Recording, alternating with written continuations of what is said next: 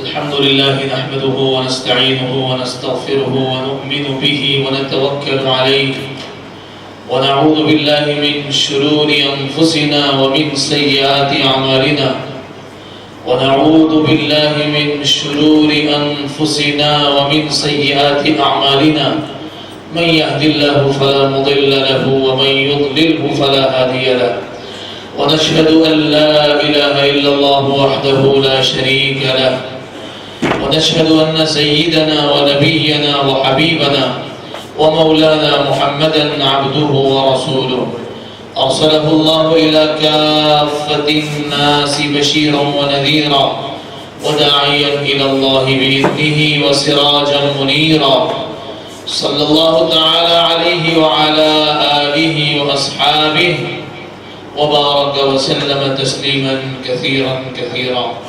أما بعد فأعوذ بالله من الشيطان الرجيم. بسم الله الرحمن الرحيم.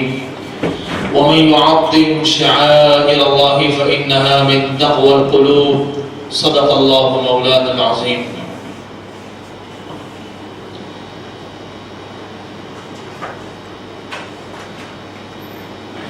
دینی بھائیوں اور دینی ماں اور بہنوں،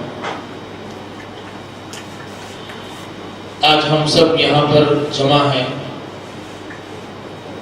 مقصد ہمارا یہ ہے کہ ہم بیت اللہ کے گھر پر ہمارے پیارے آقا حضرت محمد رسول اللہ صلی اللہ تعالی علیہ وسلم کے گھر پر آپ کی جاری مبارک کے سامنے حاضری دینے والے ہیں. بہت بڑے دربار ہیں یہ دونوں، اور یہ سفر بھی بہت اہم سفر ہے، بہت اونچا سفر ہے، عظیم الشان سفر ہے. جو کام جتنا اہم ہوتا ہے اس کے لیے کچھ باتیں اتنی ہی زیادہ ضروری ہوتی ہے جس کا خیال رکھنا ہمیں پڑتا ہے. اگر ہمیں کسی دنیا کے بڑے آدمی سے ملنا ہوتا ہے تو ہم کئی لوگوں سے مشورہ کرتے ہیں کہ وہاں کے قانون کیا ہے، وہاں کے آداب کیا ہے، وہ کون سی بات کرتے ہیں تو خوش ہو جاتے ہیں، کس طرح بات کرے تو وہ ناراض ہو جاتے ہیں. کہیں ایسا نہ ہو کہ ہم سے کوئی ایسا کام ہو جائے کہ ہم اپنی بات بنانے گئے ہیں لیکن وہ ناراض ہوئے تو بات بگڑ جائے، بجائے لینے کے دینے پڑ جائیں. تو آدمی بہت کچھ مشورے کرتا ہے، لوگوں سے رائے لیتا ہے، پھر بہت ڈرتے ڈرتے جاتا ہے. جو ان باتوں کا عمل کرتے ہوئے دنیا کا کام بنانے جاتا ہے وہ کامیاب ہو کے آتا ہے. اللہ کے دربار میں ہم جب جا رہے ہیں، رسول اللہ صلی اللہ علیہ وسلم کے روزے مبارکہ پر جب حاضری دینے جا رہے ہیں تو ہمیں اپنے دل کو پہلے اللہ کی طرف متوجہ کر لینا چاہیے. کتنے بڑے دربار ہے یہ دونوں، اس کی عظمت دل میں اتار لیں. جتنی عظمت دل میں ہوگی انشاءاللہ وہاں پہنچنے کے بعد اتنا ہی زیادہ فائدہ ہم کو ملے گا. تو سب ساتھیوں سے گزارش ہے کہ بات کو دھیان سے سنیں. حج کی جو ترتیب ہے وہ تو تقریباً سب نے سیکھ ہی لی ہوگی، اور ابھی ماسٹر عارف صاحب تشریف لائیں گے، وہ کچھ اور کھل کر بات کر دیں گے. مجھے کچھ دوسری بات عرض کرنی ہے کہ عظمت دل میں پیدا کیجئے. میں بات شروع کرتا ہوں اپنی سلطان الہند خواجہ خواجگان حضرت شیخ پیر معین الدین چشتی اجمیری سنجری رحمۃ اللہ علیہ، جنہیں ہم سب خواجہ غریب نواز کے نام سے جانتے ہیں. اللہ کے بہت بڑے ولی ہیں، بہت زبردست اللہ نے ان کو مقام عطا فرمایا ہے. ایک انگریز نے اپنی کتاب میں پریچنگ آف اسلام، اسلام کا اس کے متعلق جو تعارف کرو، اس میں ایک جملہ لکھا ہے کہ میں اجمیر حاضر ہوا تو میں نے ایک عجیب بات دیکھی کہ ایک شخص قبر میں لیٹا ہوا ہے اور ہندوستانیوں کے دل پہ حکومت کر رہا ہے. واقعتاً یہ بات ہے، یہ ایسے ہی نہیں ہوتا. خواجہ صاحب رحمۃ اللہ علیہ نے اپنی زندگی کو اللہ کے احکام پر ڈال دیا تھا. اللہ کے احکام پر پابندی تھی اور اللہ کی مخلوق کا بھلا چاہنے والے تھے. دو باتیں، اللہ کے احکام کی پابندی اور اللہ کے بندوں کے ساتھ بڑی محبت سے پیش آنے والے تھے. یہ دو باتوں کی حج میں بہت ضرورت پڑتی ہے. اللہ کے احکام کی پابندی، وہاں رہ کر پابندی نہیں ہو رہی ہے تو بڑی محرومی کی بات. وہاں لوگوں سے ملنا جلنا ہوتا ہے، ٹور میں آپس میں ساتھی ہے، حرم شریف میں آنے جانے میں لوگوں سے. اگر اللہ کے بندوں کی ہمدردی نہیں ہے تو ہوتا ہے کہ بعض مرتبہ ایک آدمی ہمیں تکلیف پہنچانا نہیں چاہتا، لیکن بھیڑ ہے تو اس سے کوئی بات ایسی ہو جاتی ہے تو بہت سارے حاجی صاحبان بڑے ناراض ہو جاتے ہیں، غصے ہو جاتے ہیں، وہ ڈرنے پہ آمادہ ہو جاتے ہیں. ایک ساتھی تھے، وہ حرم میں دعا کر رہے تھے، آنکھوں سے آنسو جاری تھے بیٹھے ہوئے کعبۃ اللہ کے سامنے. ایک شخص گزرا تو اس کے پیر کی ٹھوکر ان کے گھٹنوں پر لگ گئی تو دعا کے لیے ہاتھ اٹھے ہوئے تھے، آنکھوں سے آنسو جاری تھے، فوراً ہاتھ نیچے کی اور آنکھیں لال کر لی اور کہا اندھے تجھے دکھتا نہیں ہے، دیکھ کر نہیں چل سکتا.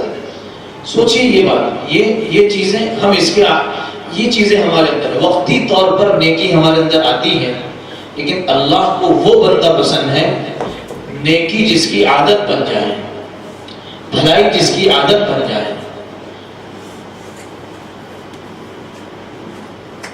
اگر نیکی عادت نہیں ہے تو پھر موقع آئے گا تو ہم جیسے تھے ویسے کی ویسے ہی ہو جائیں گے. ایک ساتھی کل پوچھ رہے تھے کہ حج مبرور کیا ہوتا ہے اور حج قبول ہو گیا اور حج کے بعد کی زندگی. اللہ کے احکام کو دل میں اتارو اور مشق کرو، اس کے لیے محنت کرو کہ اس کے لیے بڑی مجاہدے کرنے پڑیں گے، تب جا کر یہ بات ہماری زندگی میں پیدا ہوگی. ورنہ ہمارا حال کیا ہے؟ وہ ایک بزرگ تھے، انہوں نے طوطا پوپٹ پال کے رکھا تھا، اس کو کلمہ طیبہ سکھایا تھا، لا الہ الا اللہ. وہ پڑھتا تھا جیسے طوطے بولتے ہیں، وہ پورا دن اسی کی رٹ لگاتا رہتا تھا. ایک مرتبہ ایسا ہوا کہ پنجرا کھلا رہ گیا تو بلی نے آ کر حملہ کیا اس پر. اب بلی نے جیسے حملہ کیا تو بجائے لا الہ کے ٹین ٹین جو اس کی آواز ہے وہ نکالنی شروع کی. چونکہ وہ دل میں نہیں اتری تھی وہ بات، وہ زبان سے وہ بول رہا تھا، اس کو زبان کی مشق کروائی گئی تھی، وہ کلمہ اس کے دل میں نہیں ہوتا. اگر موقع آنے پر سب حقیقت کھل کر سامنے آ گئی.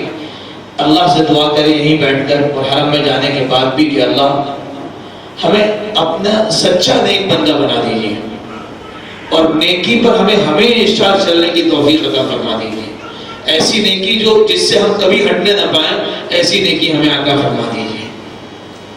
اور وہاں جانے کے بعد وہاں اس گھر کے آداب کی اور وہاں جو اللہ کے بندے حاضر ہیں، اللہ کے بندوں کے ساتھ محبت، شفقت اور اللہ کے بندوں کے ساتھ رحم کرنے کی ہمیں توفیق عطا فرما دیجیے. یہ دو بہت ضروری چیزیں ہیں. اب میں اپنی بات شروع کرتا ہوں. خواجہ صاحب کا میں نے نام لیا تھا. حضرت خواجہ معین الدین چشتی اجمیری رحمۃ اللہ علیہ اپنے پیر، اپنے شیخ کے پاس تھے، خواجہ عثمان ہارونی رحمۃ اللہ علیہ، ان کی خدمت میں تھے. اور اب ان کے شیخ اور پیر جو ہے خواجہ معین الدین چشتی رحمۃ اللہ علیہ کو اجازت دے رہے کہ اب تم جاؤ اور جا کر دین کی خدمت کا کام کرو. جب آپ کو رخصت کر رہے ہیں تو رخصت کرتے وقت حضرت خواجہ عثمان ہارونی رحمۃ اللہ علیہ نے حضرت خواجہ صاحب رحمۃ اللہ علیہ کو کچھ نصیحتیں کی. ان نصیحتوں میں ایک بات یہ سنائی کہ بیٹا، صدقہ کرنا ایک کھجور کا، یہ 1000 رکعت نفل پڑھنے سے زیادہ بہتر ہے. پھر کہا کہ صدقے کا مطلب جانتے ہو؟ یعنی اللہ کے بندوں کے کام آنا. اس کا مطلب یہ سمجھا ہے، اللہ کے بندوں کے کام آنا. کوئی آدمی کسی اللہ کے بندے کے کام آ رہا ہے تو یہ اس کو کہا 1000 رکعت نفل نماز پڑھنے سے بہتر ہے. پھر اس کے بعد کہا کہ حضرت خواجہ حسن بصری رحمۃ اللہ علیہ بہت بڑے بزرگ گزرے ہیں، تابعی ہیں، یعنی صحابہ کو انہوں نے دیکھا ہے. ان کا قصہ سنایا حضرت خواجہ صاحب کو.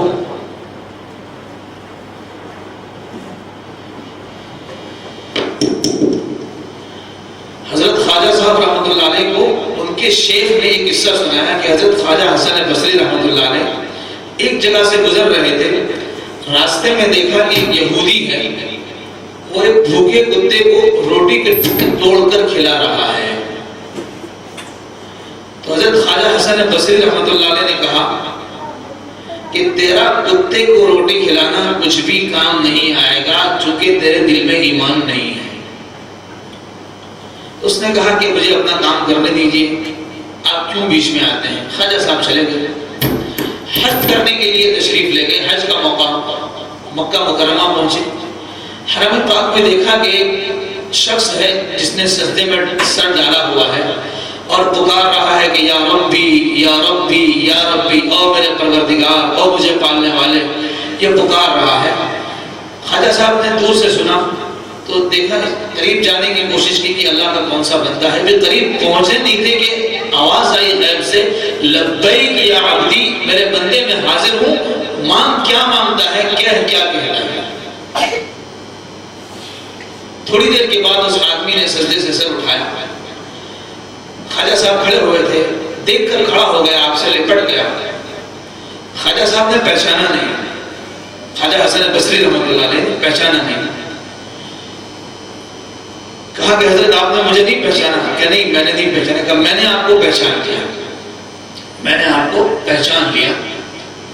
کون ہے تو بتایا کہ آپ گزر رہے تھے اور ایک شخص کتے کو روٹی توڑ کر ڈال رہا تھا اور آپ نے کہا تھا کہ تیرا یہ روٹی ڈالنا تجھے کچھ کام نہیں آئے گا چونکہ تیرے پاس ایمان نہیں ہے.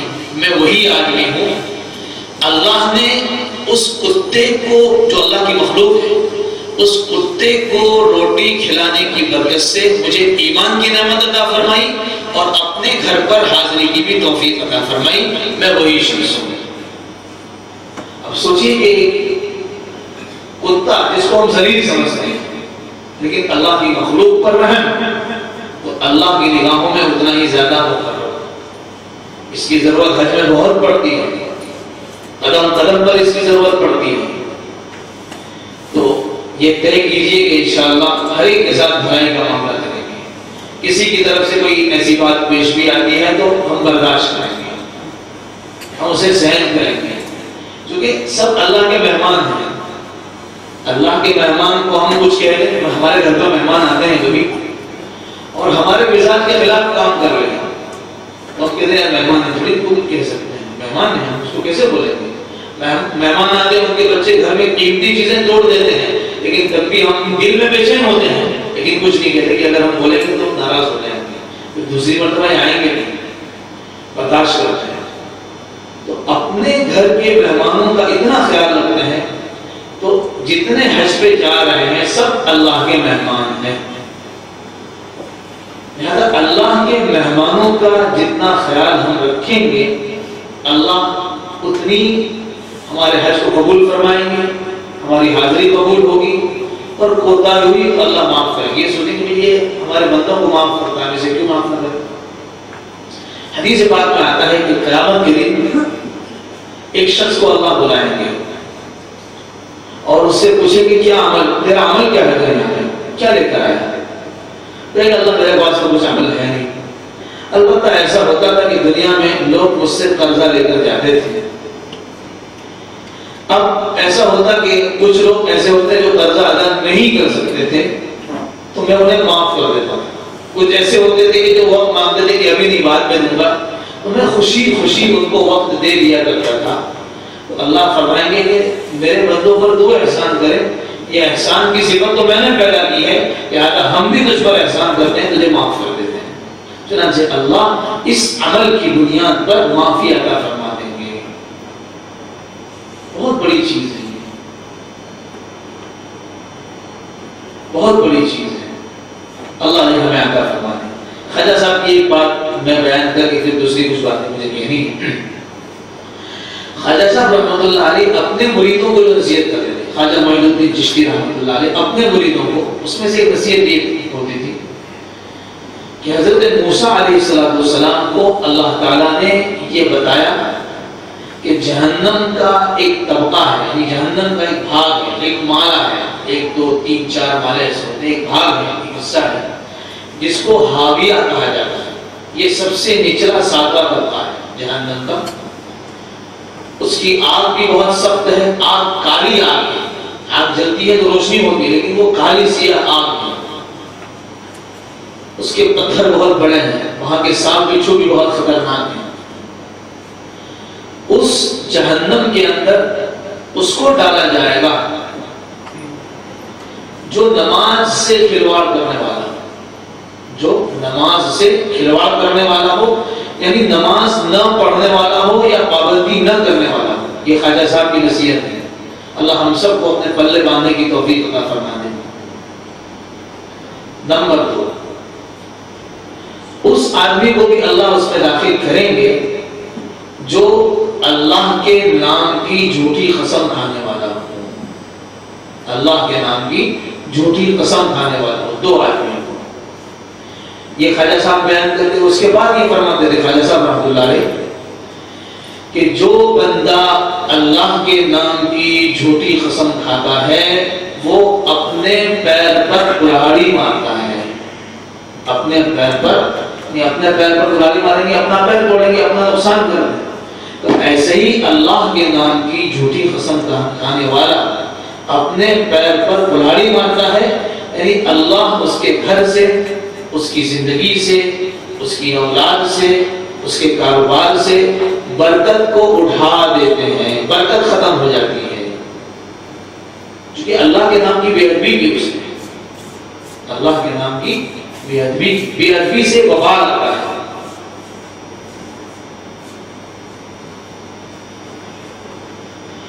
کتابوں میں واقعہ لکھا ہے کہ ایک شخص کا انتقال ہوا، خواب میں دیکھا کہ اللہ نے مجھے معاف کر دیا۔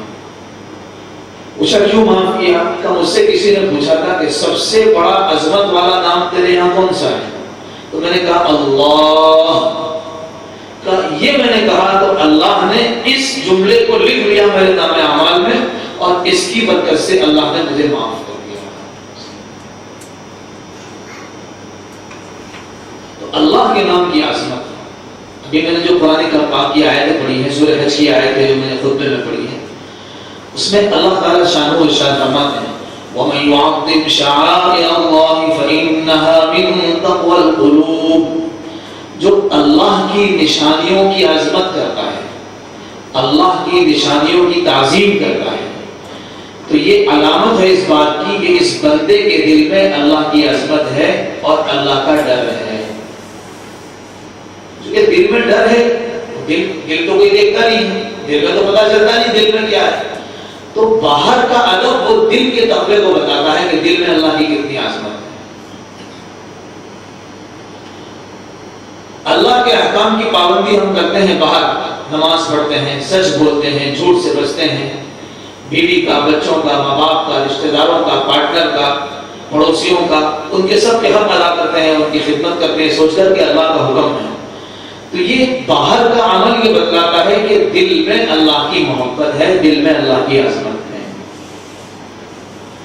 اگر ہم زبان سے دعویٰ کریں لیکن ہمارا عمل یہ ہو کہ نماز کی پابندی نہیں، بیوی کے ساتھ ظلم کا معاملہ، بیوی شوہر کی نافرمانی، ماں باپ کی کوئی تعظیم نہیں، ماں باپ کا کوئی خیال نہیں، پڑوسیوں کے ساتھ ظلم و زیادتی، پارٹنر کو دھوکہ دینا، یہ سب عمل ساتھ میں چل رہے ہیں، تو اس کا مطلب یہ ہوا کہ ہم جو کہتے ہیں کہ اللہ کی محبت ہے دل میں، تو دل میں نہیں ہے، زبان سے دعویٰ ہے، اور اللہ کے یہاں دل دیکھا جاتا ہے، اللہ کے یہاں دل میں کیا ہے وہ دیکھا جاتا ہے۔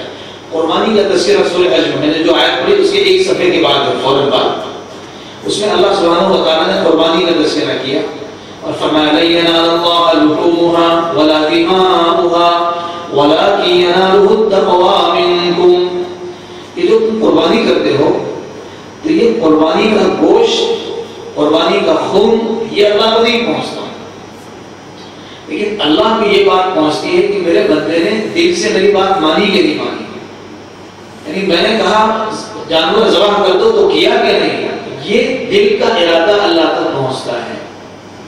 اور جتنے بھی نیک عمل ہیں، جتنے بھی عبادتیں ہیں، ان سب کا مقصد یہ ہے کہ ہمارا دل ٹھیک ہو جائے۔ کعبہ پوری زمین کا ایک دل ہے، اللہ کا عظمت والا گھر ہے، وہاں پر جا رہے ہیں، اللہ سے دعا کریں کہ اللہ ہمارے دل کو بھی کعبہ بنا دیجیے، حدیث پاک میں آتا ہے کہ اللہ اتنے وسعت والے ہیں کہ زمین و آسمان کسی میں نہیں سما سکتے، لیکن مومن کا دل ایسا ہے کہ اللہ اس میں آ جاتے ہیں۔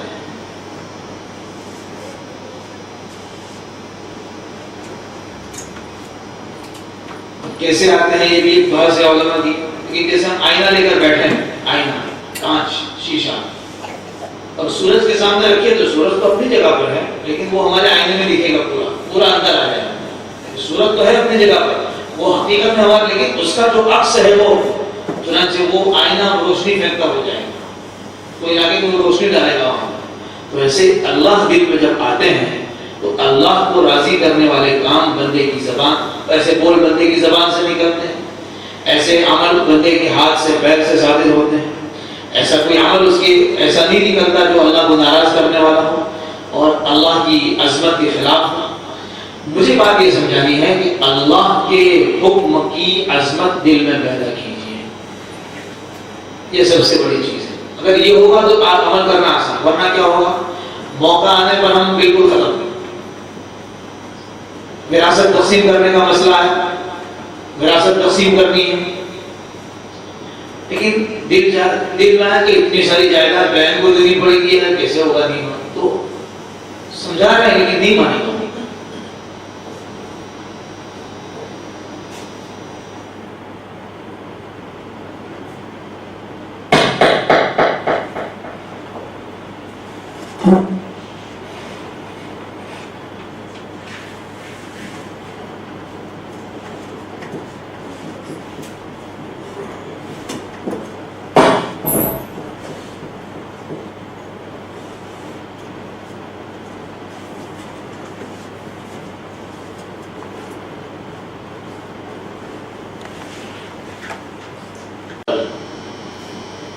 پرانی لنگی اور پرانا جبہ کرتا، یہ تین چیزیں لا کر رکھ دی۔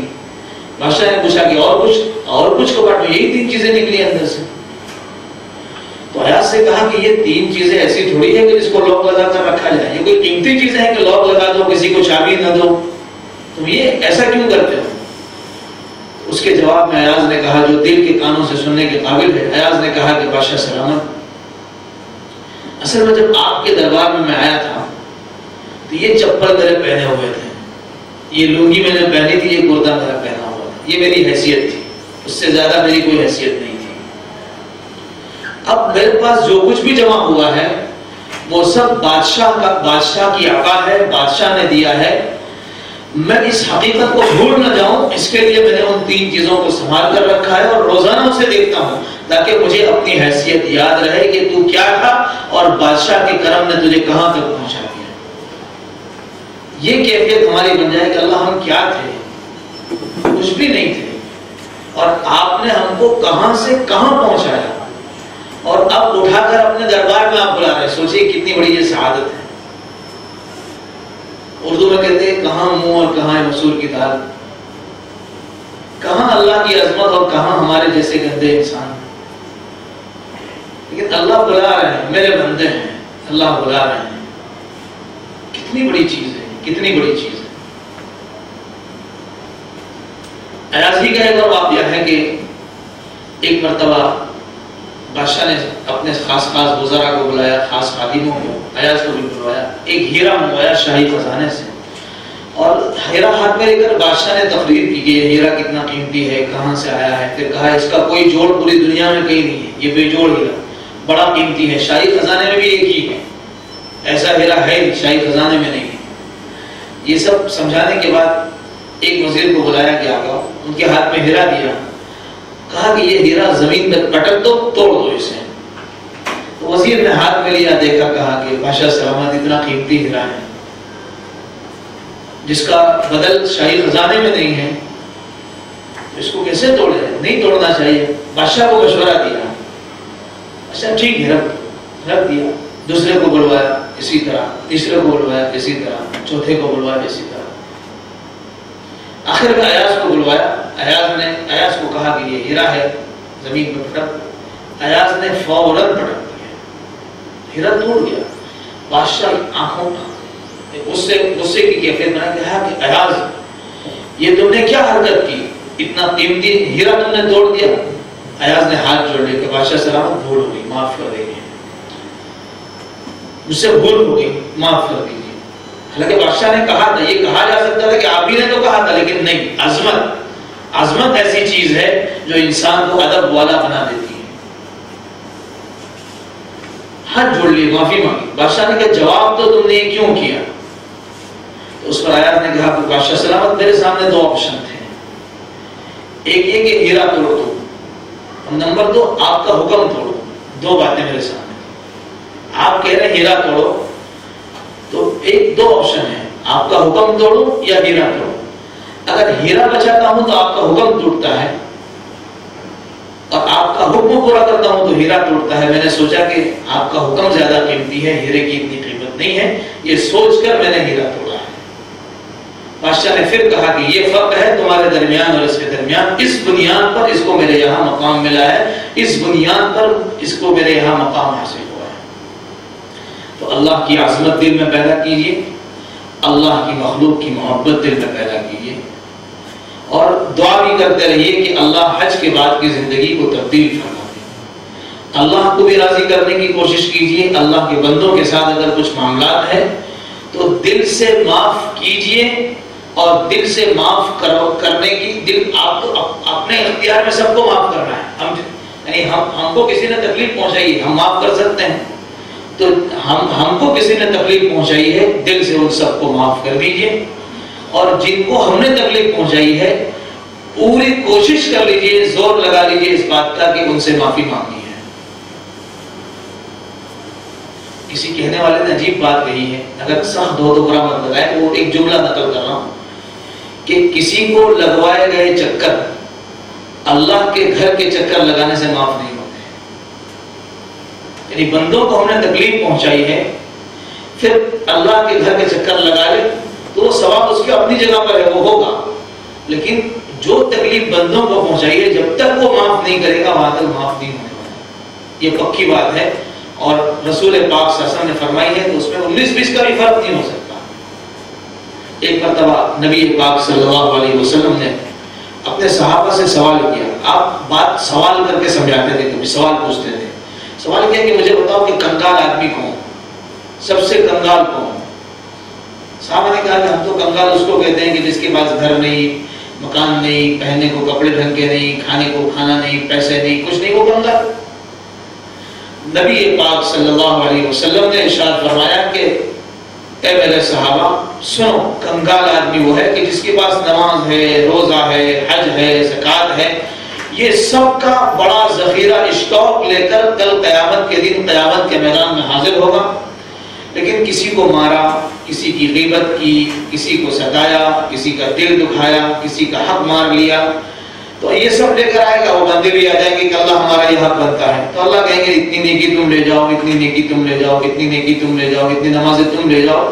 یہ دینے کا سلسلہ شروع ہوگا یہاں تک کہ اس کی ساری نیکیاں ختم ہو جائے گی اور مانگنے والے ابھی باقی ہیں، تو ان کے گناہ اس کے سر پر ڈالیں گے، نیکیوں کا ذخیرہ لے کر جانے والا جہنم میں پہنچ جائے گا۔ اس سے بڑا کنگال اور کون ہو سکتا ہے؟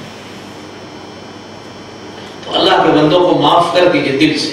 ہمارے یہاں کیا ہوتا ہے، ایسا کوئی معاملہ ہوتا ہے حج کے موقع پر ہر ایک دوسرے کے یہاں جاتے ہیں، وہ کہتے ہیں معافی شافی، لیکن پھر جب آتے ہیں تو واپس وہی سب چیزیں سب واپس آ جاتی ہیں۔ تم نے ہم کو یوں کہا تھا، تم نے ہمارے ساتھ یہ کیا تھا، معاف کر لیا، معاف کروا دیا، پھر کیا بات؟ ابھی ہمارے ایک واقعہ سنا تھا، ماسٹر صاحب آ چکے ہیں، بات ختم کرو۔ ہمارے رشتے دار میں دو بھائی آپس میں نہیں بولتے تھے، بہت لمبا زمانہ ایسا ہو چکا، ایک کو عمرہ میں جانے کی نوبت پیش آئی، تو اب کیا مجبوری ہے، اللہ ایسے موقع لاتی ہے، بہت خوش قسمتی کی کہیے، برسوں کے بچھڑے ہوئے ایسے بہانے اللہ پیدا کرتے ہیں کہ آپس میں مل جاتے ہیں، یہ اللہ کی طرف سے کرم کی بارش ہوتی ہے۔